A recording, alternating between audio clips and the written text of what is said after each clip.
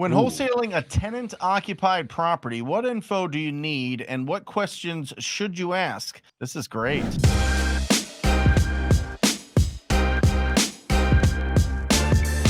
Tenant occupied property. Here's first and foremost is going to start off with understand the lease. So you need to get the lease in hand. You need to know how long is the lease in place for? Are they month to month? How much are they paying? Are there any upgrades or any conditions in there that is it a lease to own? Is it a lease with an option?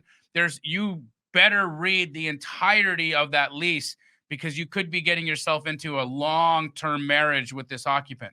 Secondly, you should communicate with the seller if it's okay for you to communicate with the tenant. Right. A lot of times sellers don't want their tenants to know what's happening until the deal is finally done. I know that's a terrible way to do it, but sellers don't typically want to have a vacant property. And sometimes sellers will sell a house at a discount just so they don't have to break the news that they're selling their property to their tenant.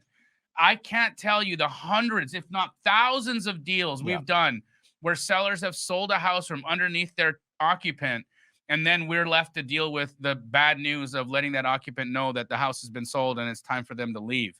So you absolutely need to confirm with your seller if it's okay for you to speak with the tenant. But yes, know the lease, get the lease in hand. It's a must. And then also, this is something that a lot of people forget about.